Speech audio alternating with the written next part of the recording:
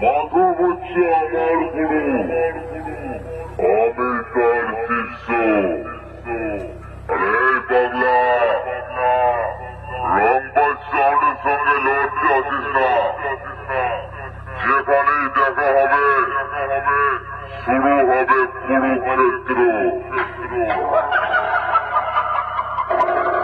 রংবাজ সাউন্ডের ক্ষমতা জানিস?